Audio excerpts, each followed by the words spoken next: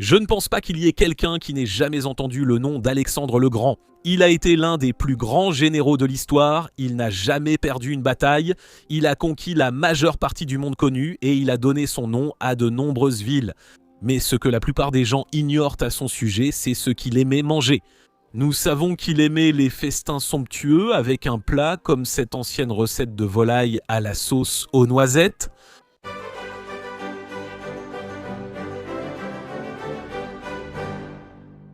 Bien que nous connaissions les aliments consommés en Macédoine sous le règne d'Alexandre le IIIe, aucune recette authentique de cette époque n'existe.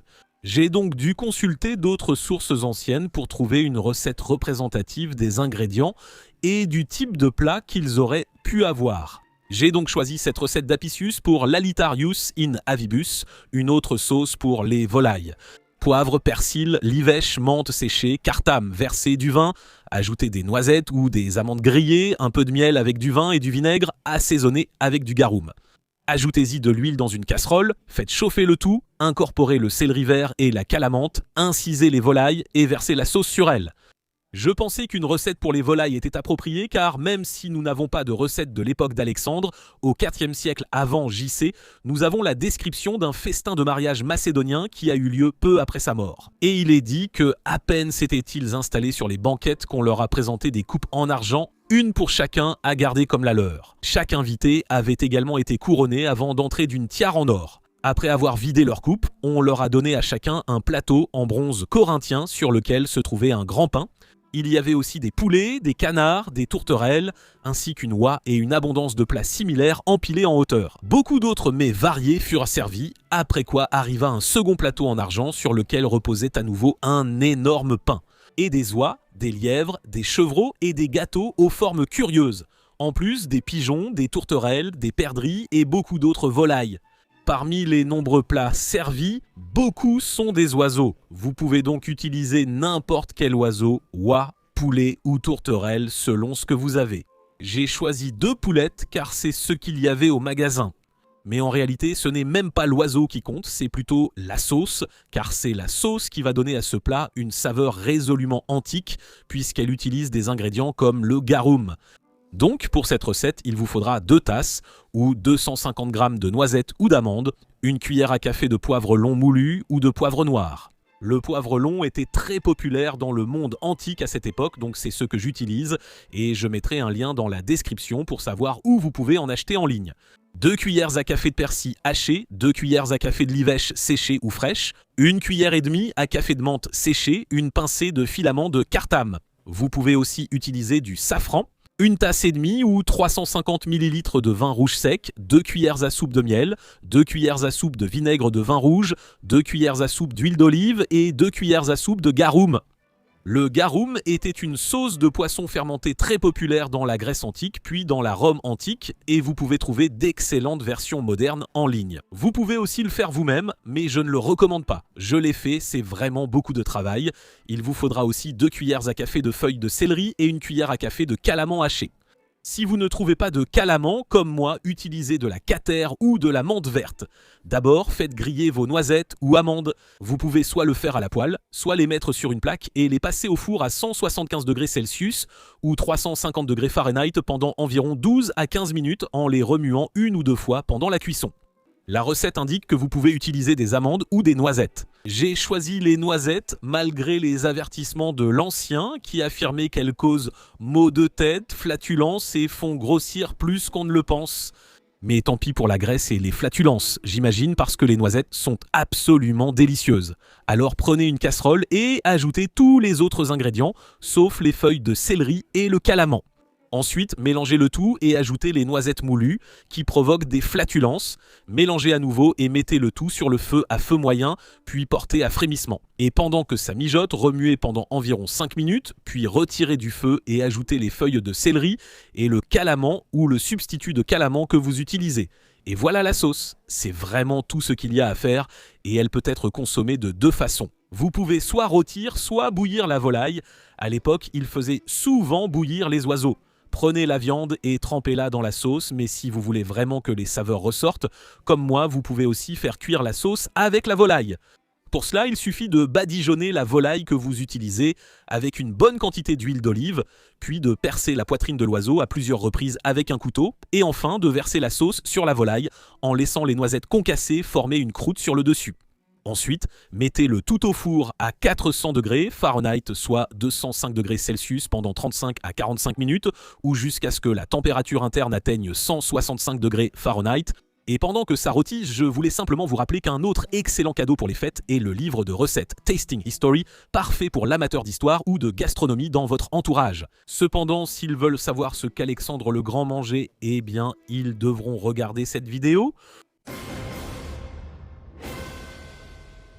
Alexandre est né dans le royaume grec de Macédoine en juillet 356 avant Jésus-Christ. Étant le fils du roi Philippe II, il eut le luxe d'être éduqué par nul autre qu'Aristote lui-même. Une grande partie de ses connaissances militaires vient de son père Philippe, qui a conquis de nombreuses cités-états grecs pour former la Ligue de Corinthe, une Grèce unie sous contrôle macédonien. Puis, alors que son père prévoyait d'utiliser cette Grèce unie pour envahir l'empire achéménide perse, il fut assassiné par l'un de ses propres gardes, Pausanias. Cela laissa Alexandre, qui s'était récemment brouillé avec son père, comme nouveau roi de Macédoine, Alexandre III. Mais Alexandre avait toujours été obsédé par les épopées antiques de l'Iliade et de l'Odyssée, et il se modelait sur le grand héros Achille, croyant même qu'il descendait lui-même des dieux. Alors être simplement connu comme Alexandre III ne suffisait pas, il voulait être Alexandre le Grand. Et pour être grand, il devait accomplir quelque chose de grand. Et cela consistait à reprendre là où son père s'était arrêté et à conquérir l'Empire perse. Et c'est exactement ce qu'il a fait. En seulement quelques années, il a vaincu le grand roi perse Darius, 3 remportant chaque bataille qu'il a livrée contre lui, souvent avec des chances de 5 contre 1 en faveur de Darius. Aussi, j'ai entendu ce nom prononcé Darius et Darius. Je ne sais pas laquelle est correcte. Il semble que les gens ne sont pas d'accord, alors j'ai choisi Darius. Quoi qu'il en soit, Alexandre a ensuite conquis l'Égypte, où il a fondé la ville d'Alexandrie, et il a mis à sac et incendié la capitale perse, Persépolis. Au fur et à mesure qu'Alexandre et son armée avançaient vers l'Est, il devenait moins grec et plus perse, adoptant de nombreuses coutumes selon beaucoup de ses hommes. Et cette adoption des coutumes perses aurait non seulement des conséquences politiques, mais aussi des conséquences sur sa façon de manger. Les Macédoniens, à cette époque, n'étaient pas réputés pour organiser de grands festins. Ils étaient reconnus pour boire beaucoup, mais pas pour organiser de grands festins luxueux comme ceux pour lesquels les Perses étaient célèbres. Ils vivaient plus simplement, du moins sur le plan alimentaire. Cette différence est illustrée dans une histoire racontée par l'historien macédonien Polyène, lorsqu'il parle d'Alexandre arrivant au palais du roi perse et voyant une colonne de bronze dans la cour, sur laquelle était inscrit un menu. En réalité, c'était simplement une liste des différents plats qui étaient servis au déjeuner et au dîner à un ancien roi, Cyrus. Et c'est une liste vraiment longue. Je ne vais donc pas tout lire, mais juste pour vous donner un aperçu, il fallait 1000 artables de farine de blé et encore 1000 de farine d'orge. 400 moutons, 300 tortues, 100 bœufs et 600 petits oiseaux. Un talent, soit environ 30 kg d'ail, 3 talents de raisins secs et 500 mattes de vin. Il y avait aussi d'énormes quantités d'épices coûteuses comme l'anis, la cannelle et le silphium. Ce n'était pas seulement pour le roi, mais pour toute sa cour, bien qu'on dise que c'était la nourriture d'un seul jour. Et Alexandre, voyant cette colonne, fut dégoûté et ordonna qu'elle soit détruite, disant à ses hommes qu'il n'était d'aucun avantage pour un roi de vivre d'une manière aussi luxueuse, car la lâcheté était la conséquence certaine du luxe et de la débauche. Et pour être honnête, cette histoire pourrait être apocryphe, et il est probable que l'auteur la confonde avec une histoire antérieure, lorsque les Spartiates sont tombés sur un festin du roi perse Xerxès, lors de son invasion de la Grèce quelques années plus tôt. Mais quoi qu'il en soit, cela montre la différence entre la vie plus sobre des Macédoniens et l'opulence des Perses.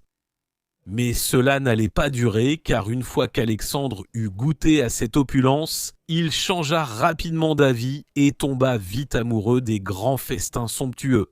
Alexandre le Grand, chaque fois qu'il dînait avec ses amis, dépensait 100 mines par jour, car peut-être 60 ou 70 de ses amis dînaient avec lui. Une histoire raconte qu'il a partagé un festin avec ses amis proches, lors duquel un second service proposait des plats recouverts d'or. Ensuite, ils enlevaient l'or et le jetaient par terre, afin que leurs amis puissent être témoins de leur extravagance et que leurs serviteurs puissent devenir maîtres de l'or. Cela contraste fortement avec le père d'Alexandre, Philippe, dont on dit qu'il avait une coupe en or avec laquelle il dormait parce qu'il était tellement inquiet que quelqu'un la lui vole. Alexandre, quant à lui, était réputé pour sa générosité, ce qui fit rapidement que ses banquets rivalisaient avec ceux du roi Darius le Perse. Et donc, pour organiser ses banquets, il a aussi dû adopter certaines des fonctions de cour que possédait la cour perse, y compris celle d'Idiatros, qui était en gros le maître de la table royale. Il confia ce poste à l'un de ses plus proches amis et garde du corps, Ptolémée Lagos, plus tard appelé Ptolémée Soter, lorsqu'il reçut le gouvernement de l'Égypte en tant que pharaon. C'était le fondateur de la dynastie ptolémaïque en Égypte, qui dura près de 3 siècles et se termina finalement avec Cléopâtre. Mais avant d'être pharaon, un dieu vivant, Ptolémée était en fait un organisateur d'événements. Il était chargé d'organiser ses banquets et parfois même de goûter la nourriture pour Alexandre. Il a même été chargé d'organiser un grand mariage. Alexandre utilisait souvent le mariage de ses généraux avec les femmes nobles des terres qu'il avait conquises comme moyen de consolider son pouvoir. Et en 324 avant Jésus-Christ, après avoir conquis la Perse, il confia à Ptolémée la tâche d'organiser une cérémonie de mariage et un festin à Suse en Perse. Cela comprenait non seulement le mariage d'Alexandre avec Statira, la fille de l'ancien roi défunt Darius, mais aussi le mariage de 80 de ses hommes avec diverses nobles persanes. Or, bien qu'Alexandre fût généreux envers ses hommes et connu pour leur offrir ses festins fantastiques, il y eut au moins une fois où non seulement il ne pouvait pas leur offrir de festin, mais beaucoup d'entre eux moururent de faim. Et cela s'est produit lors de leur retour d'Inde. Voyez-vous, alors qu'Alexandre emmenait son armée de plus en plus à l'est, ses hommes se disaient « Vous savez quoi ? On aimerait bien rentrer chez nous. Cela fait des années que nous n'avons pas vu nos familles. » Et donc, alors qu'ils étaient en Inde, après avoir remporté une bataille, ils se sont dit « Oui, c'est fini, on rentre. » Et ils se sont mutinés. Eh bien, Alexandre prononce un discours enflammé et parvient à rassembler ses hommes, mais il fait effectivement demi-tour et les ramène chez eux. Mais il le fait en traversant le désert de Gédrossie, où ils furent réduits à une extrême pénurie de nourriture, au point qu'ils furent forcés de se nourrir de leurs chameaux et autres bêtes de somme. Et comme il n'y avait pas de bois pour faire du feu, ils mangeaient la viande crue. Il y avait beaucoup de silphium qui poussait dans la région et c'est uniquement cela qui leur permettait de digérer leur nourriture. Le silphium était l'ingrédient magique que les anciens Grecs puis les anciens Romains aimaient au point de le faire disparaître. Ils l'ont tout simplement consommé jusqu'à la dernière trace. Il pouvait pratiquement tout faire. Il était guérisseur, délicieux, il pouvait vous faire tomber amoureux. Toutes ces différentes propriétés ont fait l'objet d'une vidéo entière sur le silphium. Maintenant, Claudius Aelianus, qui a écrit ce petit passage, dit en fait que cela s'est produit à une autre époque, mais la plupart des historiens de l'Antiquité s'accordent à dire que cela s'est passé lors de leur retour d'Inde. Mais à part cette seule bévue, qui lui a coûté environ la moitié de son armée, Alexandre a su prendre soin de ses hommes avec de grands festins.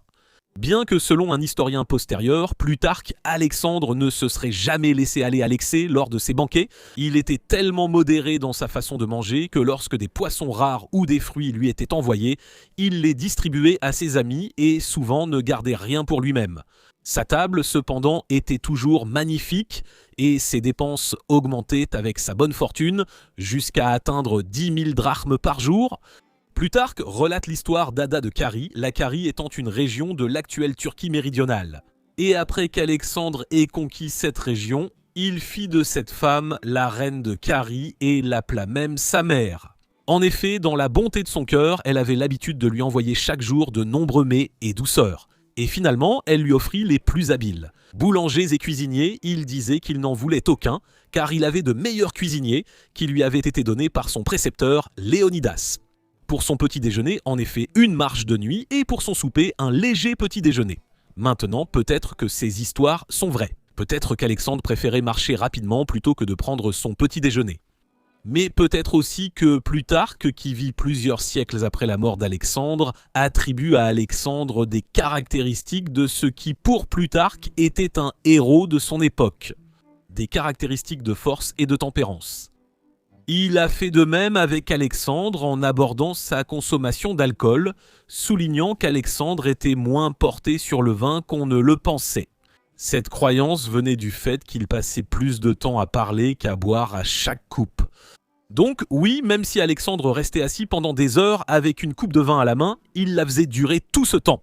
Il était occupé à bavarder et ne buvait pas réellement à l'excès.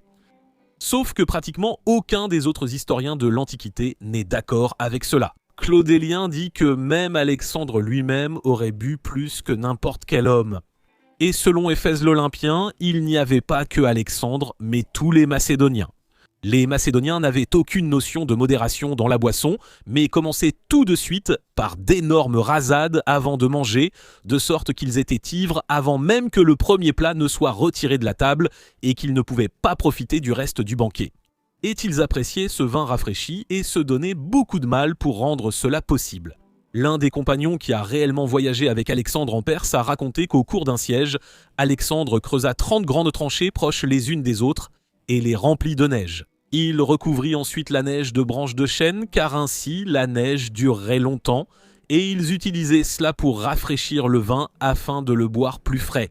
Mais l'amour d'Alexandre pour le vin prenait souvent le dessus sur lui, notamment lors d'un banquet en 328 avant Jésus-Christ.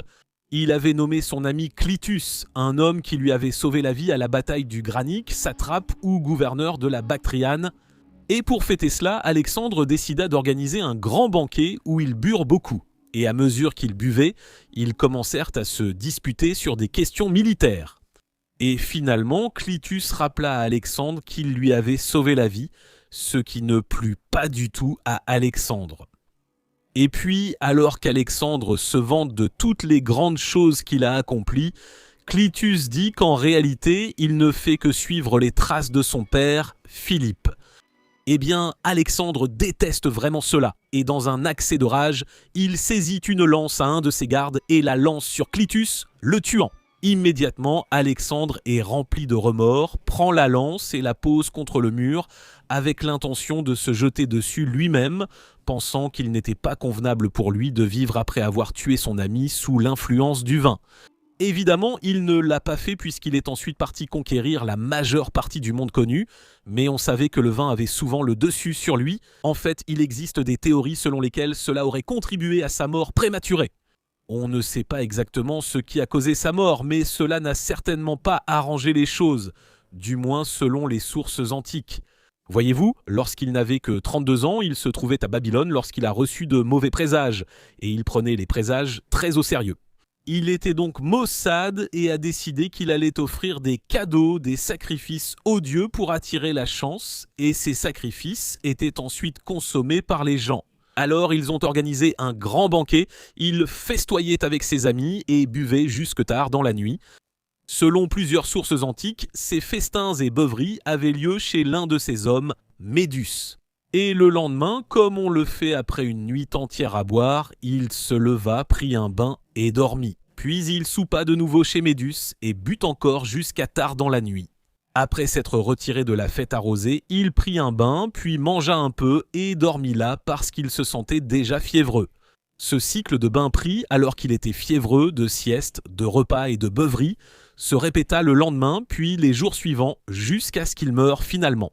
Et immédiatement, des rumeurs ont circulé disant qu'il avait été empoisonné par l'un de ses propres hommes. Les théories du complot ne sont pas nouvelles et de nombreux historiens de l'Antiquité s'en emparent, se demandant qui aurait pu faire cela.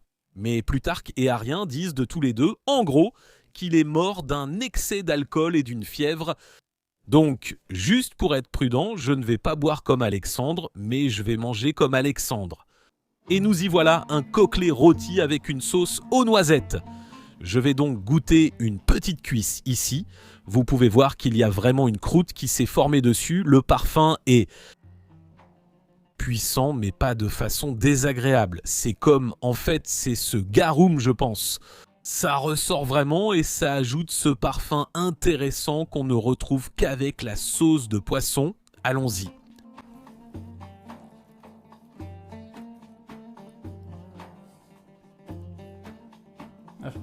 Mauvaise manière. Donc la saveur dominante, c'est cette noisette que j'aime bien. J'adore vraiment cette saveur. Mais c'est tellement plus complexe grâce à toutes les herbes et surtout ce garum qui crée vraiment une nouvelle saveur.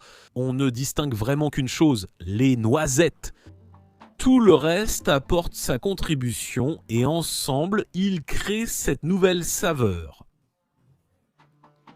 Je suis agréablement surpris que la volaille ne soit pas sèche. Vous savez, aujourd'hui, on retirait généralement une petite volaille de ce genre d'une manière assez différente. On ne ferait certainement pas plein de trous dedans, mais je l'ai fait et finalement, ça s'est plutôt bien passé. Donc super, je pense que ça marcherait vraiment avec n'importe quelle volaille. La saveur que vous obtenez vient clairement de la sauce et un peu de cette croûte. Vous pouvez tremper dans un peu de sauce et en réserver pour plus de saveur, mais en descendant dans la volaille, cela peut être utile, alors qu'en surface, ce n'est pas nécessaire. Donc, alors que les anciens étaient évidemment obsédés par Alexandre le Grand, les gens du Moyen-Âge l'étaient aussi, parce qu'il existe de nombreuses histoires de l'Europe médiévale qui présentent Alexandre le Grand comme une sorte de personnage dans une fanfiction historique. Une série d'histoires raconte qu'après avoir conquis le monde, Alexandre voulait conquérir d'autres choses comme l'air et la mer. Il existe de nombreuses images médiévales d'Alexandre volant dans une cage portée par des griffons ou jouant les Jacques Cousteau en plongeant dans les profondeurs marines dans une première forme de bathysphère. J'imagine qu'on continue un peu ainsi aujourd'hui. Nous prenons des personnages historiques et nous les plaçons dans de nouvelles histoires qui sont un peu extravagantes. Je pense par exemple à l'excellente aventure de Bill et Ted. Et franchement, je pense qu'on devrait faire ça encore plus, pas moins. Alors assurez-vous de jeter un œil au livre de recettes Tasting History, essayez la sauce, et je vous retrouve la prochaine fois dans un prochain épisode de Tasting History.